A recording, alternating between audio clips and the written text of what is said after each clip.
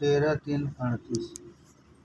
आज आप जनाब लालाजी साहब की हस्तलिखित एक पुस्तक सुना रहे थे। ईश्वर कैसा है हम नहीं जान सकते, केवल अपनी कल्पना शक्ति से उसे सच्चित स्वरूप कहते हैं। ईश्वर कैसा है हम नहीं जान सकते, केवल अपनी कल्पना शक्ति से उसे सच्चित स्वरूप कहते हैं। केवल संत जन उसे अनुभव कर पाते हैं, क्योंकि वे अपनी हस्ती वजूद मिटा चुके हैं। आपने फरमाया, गुरुदेव एक पग आगे रखा देते हैं, दूसरा पग शिष्य को खुद रखना चाहिए। आपने फरमाया, गुरुदेव एक पग आगे रखा देते हैं, दूसरा पग शिष्य को खुद रखना चाहिए, बिना इसके तरक्की नहीं होगी। जब तक निज कृपा नहीं होती, गुरु कृपा और ईश्वर कृपा नहीं होती। जब निज कृपा होती है तब ईश्वर कृपा उदय होती है और दोनों गुरु में लय हो जाती है। गुरु किसी शख्सियत का नाम नहीं है। जो हृदय के अंधकार को रोशनी में बदल दे वही गुरु है। जो हृदय के अंधकार को रोशनी में बदल दे वही गुरु है। जब चित्त में कोई ख्याल गुरु के खिलाफ न उठे तब सही हालत है। जब चित्त में कोई ख्याल गुरु के खिलाफ न उठे तब सही हालत है। 26/8/37। सुबह पूजा के बाद आपने पढ़ा, साधु हमारी आत्मा हम साधुन की देह, साधुन मध्य यूं रहूं ज्यों पै मध्य स्नेह। दास दुखी तो मैं दुखी, उदय अस्त दुह काल, पल में प्रगट होत हूँ क्षण में करूँ निहाल। जो मोहि अर्पय प्रीत सो, साधन मध्य खाऊं। 24/7/34। सुबह आपने एक भक्तजन से कहा, भाई और ऊंचे उठो, जहाँ हो वहाँ से आगे बढ़ना चाहिए। लीन अवस्था से चैतन्य अवस्था में, फना से बका में जाओ। 26/6/34। गुरुदेव की संतान की वैसी इज्जत करे जैसी कि गुरुदेव की, जो कुछ भी सेवा बन पड़े करे, गुण अवगुण न देखे। 29/7/34। सुबह आपने अपने ऊपर झेली हुई कठिनाइयों की चर्चा करते हुए फरमाया, बिना कठिनाइयाँ उठाए आत्मसुख दुर्लभ है। बिना कठिनाइयाँ उठाए आत्मसुख दुर्लभ है। 8/11/34। सुबह आपने गुरुजनों का कठोर कर्तव्य साधक जनों के प्रति क्या है समझाया। केवल खिदमत करना ही धर्म है, फल की आशा नहीं। धीरे धीरे सब कार्य होता है, धैर्य न त्यागे, सब कुछ ईश्वर करता है। 10/9/35। आपने फरमाया, अंतिम दशाएं हरि अधीनता से आती हैं। 27/10/35। नवयुवकों को बहुत देर समाधि की स्थिति न होने दें। नवयुवकों को बहुत देर समाधि की स्थिति न होने दें। उन्हें सुंदर व्यवहार की बातें सिखाएं, उन्हें दुनिया में रहना है। 8/8/36। सुबह आपने नित्य काम में लगे रहने की महिमा समझाई। जब मनुष्य अपने मन को क्षण भर की फुर्सत नहीं देता, बचा रहता है, उससे दुष्कर्म नहीं बनते। जब मनुष्य अपने मन को क्षण भर की फुर्सत नहीं देता, बचा रहता है, उससे दुष्कर्म नहीं बनते। 28/4/38। शाम आपने फरमाया कि सच्चा मुरीद वही है जिसको यह कामिल यकीन हो कि श्री गुरुदेव से मेरा कल्याण हो जाएगा। उनकी बातों की अक्षरशः पैरवी करे, पीर की बातों में हुज्जत की गुंजाइश नहीं। 24/10/38। हम लोग दुनिया में कर चुकाने आए हैं। हम लोग दुनिया में कर चुकाने आए हैं, माना कि हमको किसी ने कठोर वचन कहे, हमें उलटकर अपने जिम्मे और सवाया कर्ज न बनाना चाहिए। हम लोग दुनिया में कर चुकाने आए हैं, माना कि हमको किसी ने कठोर वचन कहे, हमें उलटकर अपने जिम्मे और सवाया कर्ज न बढ़ाना चाहिए। 13/8/39 संत जनों को ताबीज मंत्र आदि लिखने में मन न लगाना चाहिए, नहीं तो संसार उन्हें इसी काम में लगा देगा। ईश्वर नाम के प्रचार की बात अलग रह जाएगी। 22/8/37 जो अपनी जिंदगी में मर नहीं लेता सुखी नहीं होता। सारी इच्छाएं अपनी मिट चुके ईश्वर की इच्छा में प्रसन्नता बनी रहे, यही मरना है। जो अपनी जिंदगी में मर नहीं लेता सुखी नहीं होता। सारी इच्छाएं अपनी मिट चुके ईश्वर की इच्छा में प्रसन्नता बनी रहे, यही मरना है। जिसका जीवन ऐसा है वही ईश्वर चाहेगा तो अंत समय सुख से शरीर छोड़ेगा। 14/7/35 सुबह आपने पूजा के पीछे अनेक उपदेश भरी कथाएं कही। संत जन जीवों के संस्कारों को क्षण भर में साफ कर देते हैं। हाँ, जब देखते हैं कि अंतिम समय आ गया और कुछ कर्म धर्म नहीं बन पड़ेगा, उस समय सब मोह त्याग कर संस्कारों को साफ कर देते हैं। धर्मराज का काम सहज हो जाता है। उचित है कि हम सब प्राणी धर्मराज को अपना मित्र बनावें और उनकी सहायता करें। 24 घंटे में एक बार तो अवश्य ही ऐसी याद आ जावे कि सारा लगाव छूटकर प्रभु में लीन हो जावे, मृत्यु का भय छूट जावे, तब निसंदेह यमराज मित्र बन जाते हैं। 23/7/39 रविवार आज 15 मिनट हुए आपने फरमाया था 15 दिन हुए आपने फरमाया था कि संत जन 3 बातों को मित्र बनाए रखते हैं। बीमारी या किसी किस्म की शारीरिक पीड़ा को बनाए रखते हैं, क्योंकि उससे ईश्वर की याद बनी रहती है। मौत की याद हमेशा रखते हैं, जहाँ कहीं मौत को उनकी ज़रूरत पड़ती है उसे ज़रूर देते हैं। मृत्यु को मित्र समझते हैं, हक दरवेशी अदा करते हैं, संत जनों की रीत बरतते हैं, दूसरों के अवगुणों को छिपाते हैं। जब ईश्वर उन अवगुणों को छिपाता है तो हमें क्या अधिकार जो उनको खोलें। ईश्वर प्रेम, उस ईश्वर की याद में निरंतर मस्त रहना, यही प्रेम का प्याला पीना है, यही मद है। पी वह बादह कि जिसमें खुमार न हो। ईश्वर प्रेम का यह नशा कभी न उतरे। आपने यह भी फरमाया कि सच्ची मोहब्बत इसकी तभी आती है जब नित्य मृत्यु की याद बनी रहे। 18/34 दो बातन को भूल मत, जो चाहत कल्याण, नारायण एक मौत को दूजे श्री भगवान। नारायण दो बात को दीजे सदा विसार, करी बुराई और की आप कियो उपकार।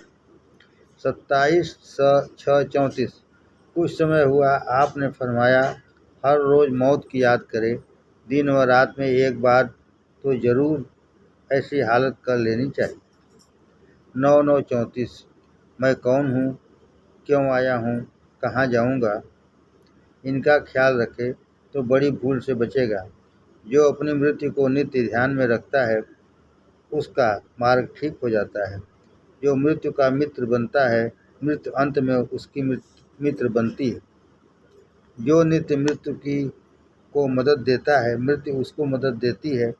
दूसरों को जो मृत्यु के समय सारे ख्याल उसके मन से हटवा दे, दूसरों को जो मृत्यु के समय सारे ख्याल उसके मन से हटवा दे, यही इमदादे मौत रहे।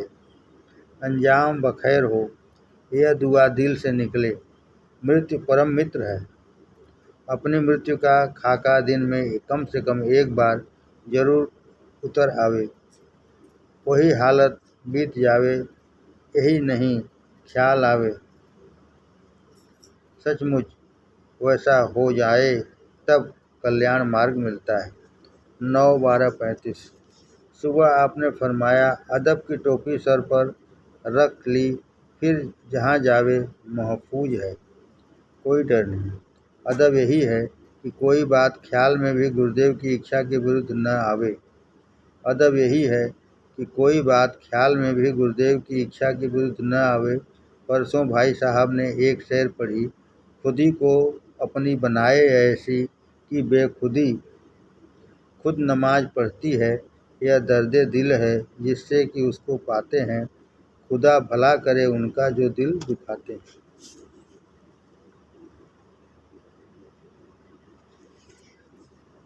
बड़े भाई साहब ने सुबह फरमाया, 3 बातें मुश्किल हैं, मरीजों में गरीबी में सखावत दान, गरीबी में दान, जवानी में इंद्रिय दमन, तन्हाई में परहेजगारी।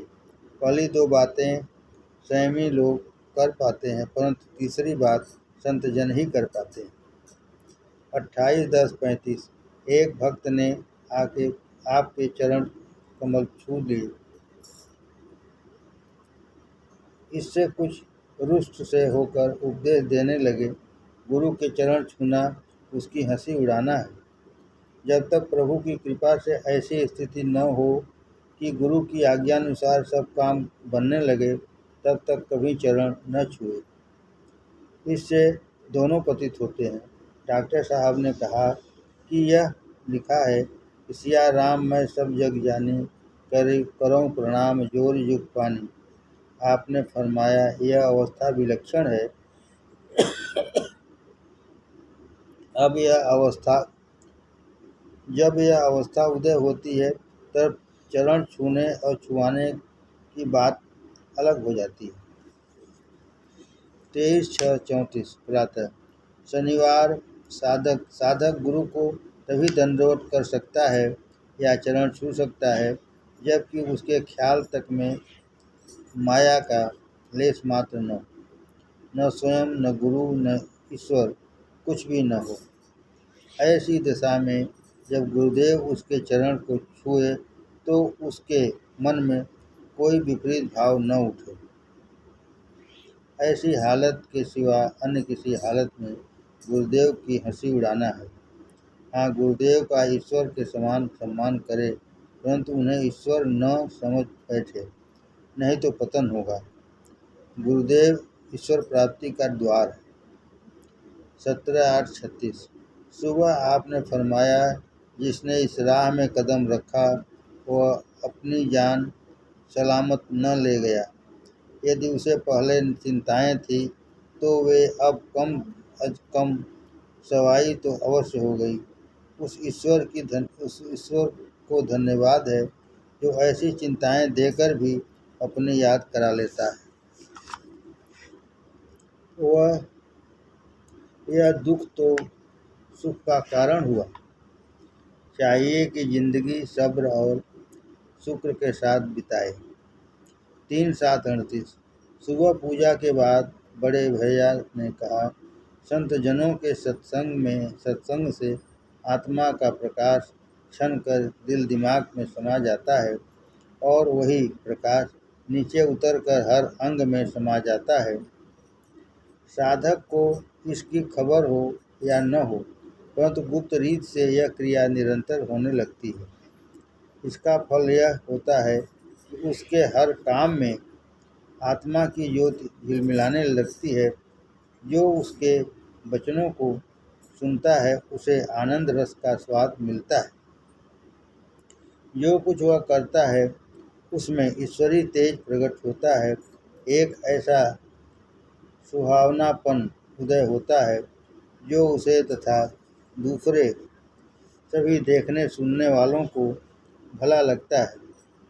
यही हालत बढ़ते बढ़ते यूँ हो जाती है कि सभी काम ईश्वर का किया हुआ भासता है और अहम ब्रह्मास्मि की ध्वनि जागृत हो जाती है। परंतु यह भी हालत गुणमयी सिखाती है, इसलिए क्षणिक है, अस्थायी नहीं। भक्तजन इसे छोड़कर आगे बढ़ जाते हैं। वह शुद्ध तत्व जात में मिलकर भी अपने को उसका दास बनाए रखते हैं। कितनी ही ऊंची अवस्था प्राप्त हो, संतजन निरुत्तर बंदगी निरंतर बंदगी दास भाव नहीं त्यागते। 19/8/35 शाम को बाहर के आए हुए अध्यापकों को उपदेश दे रहे हैं। बालकों को प्रेम से पढ़ाओ, उन्हें बेजा दंड न दो। ईश्वर से प्रार्थना करो, हे ईश्वर मुझे ऐसी योग्यता दीजिए जो काम आपने मुझे सौंपा है ठीक ठीक संपादन कर सकूं। रोटी पसीने की खाओ, रोटी पसीने की खाओ, तब ब्रह्म विद्या जो सीख रहे हो फले फूलेगी, नहीं तो मुरझाई सी रहेगी। रो और प्रार्थना करो, ईश्वर शक्ति देंगे। बालकों से प्रेम करो, परंतु इसका ध्यान रहे कि अदब बना रहे। एक ब्राह्मण नवयुवक आपके दर्शन को आए थे। वह चचा जी की चीलम पकड़कर हुक्के पर रखने लगे तो आप बोले, मुझे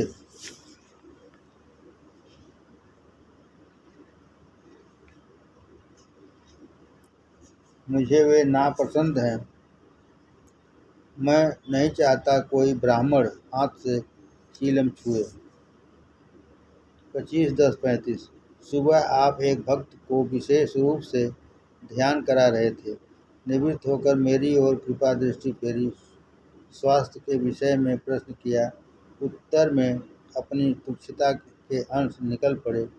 आपके हृदय में करुणा का समुद्र उमड़ पड़ा। आपने फरमाया, आज ही 3 बजे की गाड़ी से बिंदगी जाओ। निसंदेह श्री वैद्य जी यदि कहीं बाहर भी गए हों तो दिवाली पर घर आ जाएंगे। इस अमृतवाणी में मेरे हृदय का आया दुख तो यूं ही दूर हो गया।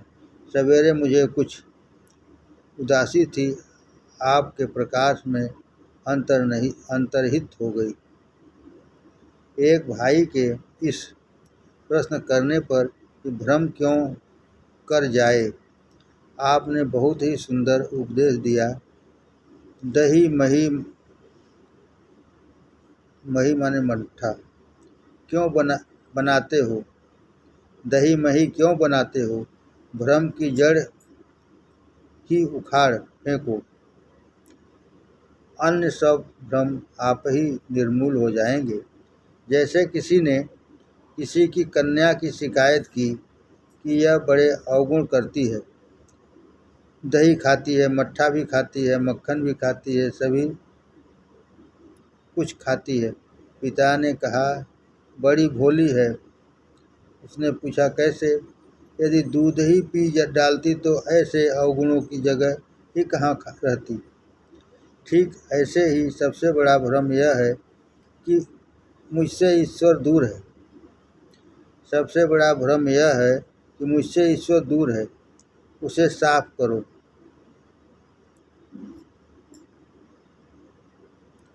कहो वह मेरे पास है, नहीं नहीं, वह खुद मुझ में समाया हुआ है, नहीं नहीं, वही सब कुछ कह सुन रहा है, वह है वही है, यह विश्वास दृढ़ हुआ। सब विकार आप ही आप निर्मूल हुए, यह बात निरंतर प्रार्थना की है। कहो वह मेरे पास है, नहीं नहीं, वह खुद मुझ में समाया हुआ है, नहीं नहीं, वही सब कुछ कह सुन रहा है, वह है वही है, यह विश्वास दृढ़ हुआ कि सब विकार आप ही आप निर्मूल हुए, यह बात निरंतर प्रार्थना की है। 16/10/35 सुबह कुछ बाहर से आई देवियों को ध्यान करा के जब बाहर भक्तजनों में विराजे तो आपने उनके बारे में प्रशंसा के शब्द कहे। स्त्रियां जिस काम में लगती हैं पुरुषों से आगे बढ़ जाती हैं, क्योंकि उनका मन एकमुखी होता है। अतः अध्यात्म विद्या में जब वह तत्पर होती हैं, पुरुष उनकी बराबरी नहीं कर पाते। पुरुष प्रायः सोच विचार में पड़ जाते हैं कि यह मार्ग ठीक है या नहीं। चित्त की दृढ़ता तथा निसंशयता बड़ी सहायता देती है। मन में संकल्प विकल्प आते हैं, आने दो। तुम अपने मार्ग से विचलित न हो, चलते जाओ, उनकी ओर मत ताको। यह तो मन का स्वभाव ही है। जब तुम मन से विरोध करोगे तो तुम बच नहीं सकते, झगड़े में पड़कर अपनी राह खो बैठोगे। मन 9/19/737 सुबह पूजा के बाद आपने फरमाया, ऐ बेखबर बेहोश की साहिबे खबर खुदी। तालिबे खुदा यही कहता है, मेरा मुझको कुछ नहीं, जो कुछ है सो तो तेरा तुझको सौंपता क्या लागे हैं मोर। मेरा मुझको कुछ नहीं, जो कुछ है सो तो तेरा तुझको सौंपता क्या लागे हैं मोर। जो मन को आराम नहीं देता है तो मन चिड़चिड़ा हो जाता है। जागते वक्त एकहरा, सोते वक्त दुगना, पूजा में चौगुना काम करता है। जागते वक्त एकहरा, सोते वक्त दुगना, पूजा में चौगुना काम करता है। पूजा में लोग उसे कसते हैं। चाहिए कि मन को सुलाएं तो आराम मिले। जब मन भी अपना सोता है, मन का पति आत्मा, आत्मा का पति विराट पुरुष, विराट पुरुष का पति जो है सो है, उसका नाम नहीं। मन का टट्टू न पालो, लेकिन उससे युद्ध भी न करो, सहारे से उसे फुसलाओ। 20/5/39 आपने डॉक्टर साहब से पूछा, योगस्थित वृत्ति निरोध का क्या भाव है। जनाब डॉक्टर साहब ने अर्ज किया कि चित्त की वृत्तियों का रुकना, वृत्तियाँ इधर उधर न जाएं। आपने फरमाया, क्या यह मुमकिन है कि एकमात्र निरोध हो। ऐसा तो हो नहीं सकता। जब अपना आपा गुम हो जाए तो यह सभी कुछ हो जाता है। 31/5/34 विपरीत इसके, जब काल पुरुष भगवान की प्रेरणा से मन में वृत्तियाँ उदय हों तो प्रार्थना करने में लग जाना चाहिए, नहीं तो बचत नहीं है। पीछे कितने भी उपाय क्यों न करें, कुछ हाथ नहीं आता। बंधन अधिकाधिक जकड़ते जाते हैं। मन की चाल में कब जीव बंध जाता है तो छुटकारा कठिन है। मन की चाल में जब जीव बंध जाता है तो छुटकारा कठिन है। केवल एक सहारा प्रार्थना का यह रह जाता है। इसके अतिरिक्त सब उपाय निष्फल होते हैं। मन को कभी बलवान नहीं बनने देना चाहिए, आत्मा को बलवान बनाना चाहिए। यह तो तभी होगा जब मन अपने बस में आ जाए। हाँ, जब मन बहुत जोर करे तब उसके साथ लड़ाई न करे। हाँ, जब मन बहुत जोर करे तब उसके साथ लड़ाई न करे, नहीं तो पीछे हमें गहरे गड्ढे में गिराएगा। प्रार्थना के द्वारा उसे प्रेम से जीतने की कोशिश करनी चाहिए।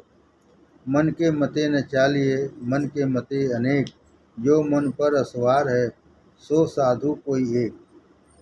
जिस समय मन खाने की ओर चलायमान हो उस समय प्रार्थना में लग जाए।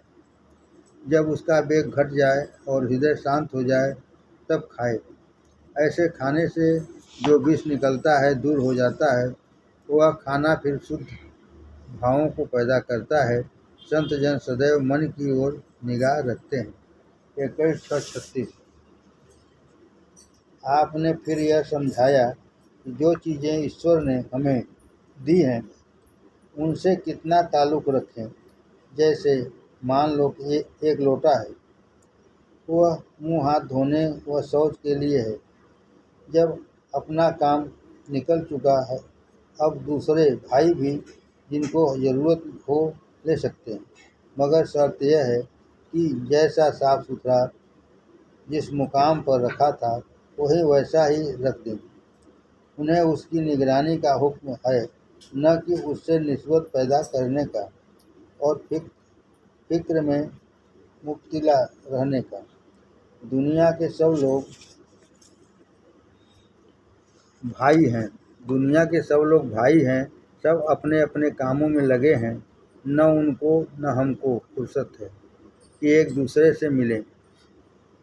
सभी अपने हैं, न किसी से मिलने की खुशी न जुदाई का रंज। सब अपने अपने कामों में लगे हैं। दुनिया के सब लोग भाई भाई हैं, सब अपने अपने कामों में लगे हैं। न उनको न हमको फुर्सत है कि एक दूसरे से मिले। सभी अपने हैं, न किसी से मिलने का खुशी न जुदाई का रंज। 25-8-38। बड़े भैया जी ने एक वार्ता सुनाई। एक महापुरुष ने एक भक्त से कहा, अगर 100 जानदारों की रक्षा करो तो ईश्वर की कृपा से तुम्हें देवताओं के दर्शन होंगे। दूसरे भक्त ने सोचकर पूछा, इससे क्या लाभ होगा? उससे उन्होंने कहा, तुम दूसरे के दिल की रक्षा करो तो स्वर्ग प्राप्त होगा। तीसरे ने मन में कहा, इससे नित्य सुख नहीं मिला, हमें तो ईश्वर से काम है। उससे उन्होंने कहा, देखो, तुम अपने हृदय की नित्य रक्षा करो तो तुम्हें ईश्वर के नित्य दर्शन होंगे। ईश्वर तुम्हारे समीप ही नित्य बना रहेगा, उससे कभी जुदाई न होगी। 18-8-35। एक बूढ़े भक्त जन से आप बोले, आप रोज 7 बजे के पहले आ जाया कीजिए। केवल सुबह ही मेरा हृदय भाइयों की ओर फिरता है। इसके बाद तो मन बहलाने की बातचीत ही फकत होती है। जब तक पात्र नहीं मिलता, अपनी अनमोल वस्तु किसमें भरें? अगर भरे तो व्यर्थ ही बह जाएगी। देर लगती है पात्र निर्माण में, विद्यादान में देर नहीं लगती। सत्संग में सत्संग से पात्रता आती है। जिसमें गुरुदेव का प्रेम प्रकट हुआ, बिना आए दर्शन किए उसे चैन नहीं। जिसमें गुरुदेव का प्रेम प्रकट हुआ, बिना आए दर्शन किए उसे चैन नहीं। तब गुरुदेव भी उसकी ओर अपना हाथ फेरते हैं, हृदय फेरते हैं और आत्मविद्या प्रदान करते हैं। एक भक्त जन ने आपको सकुटुंब निमंत्रित किया था और सब कोई तो प्रसाद पाए थे। आपने किसी कारणवश उस दिन भोजन नहीं किया था। विनोद में अपनी पूरी मांगने लगे, कहो मेरी पूरियां नहीं भेजी।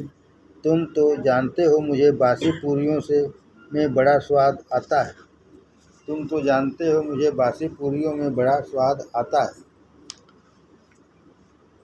हमारे लाला जी को भी तो बासी पूरियां और गरम गरम घुइयां का भरता घी में भुना हुआ अति प्रिय था। हाँ, मुझे गरम गरम आलू चाहिए। 8-8-34। आपने सूखी रोटी की महिमा बताई। संत जन उसमें सादगी का स्वरूप देखते हैं। सभी प्राणी पहले तमोगुण से ढके होते हैं। जब उससे थक जाते हैं तब प्रार्थना करते हैं तो रजोगुण उत्पन्न होता है। जब उससे थक कर प्रार्थना करते हैं तब सतोगुण। जब सतोगुण से थक कर प्रार्थना करते हैं तब मार्फत ज्ञान उदय होता है। जब उससे भी थक कर प्रार्थना करते हैं तो ऐसी अवस्था में पहुँचते हैं जहाँ शरीयत, कर्म, भक्ति, ज्ञान सभी गायब हैं। 16-6-34। सुबह परोपकार। श्री गुरुदेव ने फरमाया, सजीव और निर्जीव समाधि का वर्णन करके सहज समाधि की महिमा बताई कि जिससे साधक जनों का आत्मिक पालन पोषण होता रहता है। सारी इंद्रियां, मन और बुद्धि अपने अपने काम में लगे रहते हैं। आत्मा निज स्वरूप में स्थित रहे, ईश्वर की लौ निरंतर लगी रहे। जो नित्य निर्जीव समाधि में डूबा है, उससे औरों का कल्याण नहीं होगा। जो नित्य निर्जीव समाधि में डूबा है, उससे औरों का कल्याण नहीं होगा। उसी का कल्याण हुआ तो क्या हुआ? हक तो यह है कि औरों का भी उपकार बने। 18-6-34। श्री गुरुदेव ने समझाया कि कि ईश्वर की कृपा धार अष्टपद से चलकर नीचे की ओर हृदय चक्र से होती हुई बुधा चक्र तक चलती आई है, वह तो इतनी कृपा करते हैं, उसके प्रेम और प्रीति की क्या अवधि है। हम सब इतने गए गुजरे हैं कि उस धार को उलटकर उसी में नहीं मिलाते। सच्ची प्रीति का व्यवहार तो यही है कि उसमें वह धार फेर के मिला दें। यही सच्चा वाम मार्ग है। 22-10-30 कर्म के अधिष्ठाता गणेश जी महाराज हैं। कर्म के अधिष्ठाता गणेश जी महाराज हैं। उनकी सवारी चूहा है। मन चूहा भलाई बुराई की बातें सोचता रहता है, बिना मतलब इधर उधर दौड़ता रहता है। चंचलता स्वाभाविक है, दूसरों को हानि पहुंचाता है। हाँ, जब शुभ कर्म से दबाया जाता है तो अनर्थ करने से रुक जाता है, किंतु चंचलता बनी रहती है। जब शुभ कर्म के अधिष्ठाता गणेश जी उस पर सवार होते, तब बहुत सूक्ष्म हो के दिव्य लोकों में और आकाश में गरुण होकर विचरता है। उपासना से चंचलता जाती है, एकाग्रता आती है। गंभीर विषय जो आत्मा का है, उसमें आपका प्रवेश होता है। विष्णु भगवान 8 चक्र के देवता हैं। विष्णु भगवान 8 चक्र के देवता हैं। गणेश जी बुधा चक्र के देवता हैं। जब ज्ञान उदय होता है तो उसके अधिष्ठाता शिव जी महाराज मन पर सवार होते हैं। वह मन बैल बन जाता है, तब मन आधीन हो जाता है, अपने ऐब और चंचलता को छोड़ देता है। 20-3-39 सुबह 8:15 बजे से 9 बजे तक महाराज जी के स्थान पर अनेक धर्म वार्ता होती रही। बोले द्वैत, अद्वैत, विशिष्टाद्वैत। वह तीनों अवस्थाएं रात दिन हुआ करती हैं। कभी कभी इन तीनों से भी परे की अवस्था जाने बिना जाने हुआ करती हैं। द्वैत में हम ईश्वर गुरु तीनों रहते हैं। विशिष्टाद्वैत में ईश्वर और गुरु दो ही रहते हैं। अद्वैत में ईश्वर या गुरु एक ही रह जाता है। कभी ऐसी अवस्था आती है कि तीनों का ख्याल दिल से गायब। बड़े भाई साहब, जो शब्द दिल से हो रहा है वही अभ्यास से इतना बढ़ता है कि सारी शरीर के अंग अंग में होने लगता है। जो शब्द दिल में हो रहा है वही अभ्यास से इतना बढ़ता है कि सारे शरीर के अंग अंग में होने लगता है, फिर आगे बढ़कर सारे विश्व में व्याप्त होता है। उसी समय साधक चौंक उठता है। गुरुदेव जी शांत करते हैं, शब्द होता रहता है इतनी तेजी से कि तैल धारावत कहें तो ठीक होगा। इसी अवस्था का वर्णन करते हुए कबीरदास जी कहते हैं, चिवत अमीर रस भरत ताल।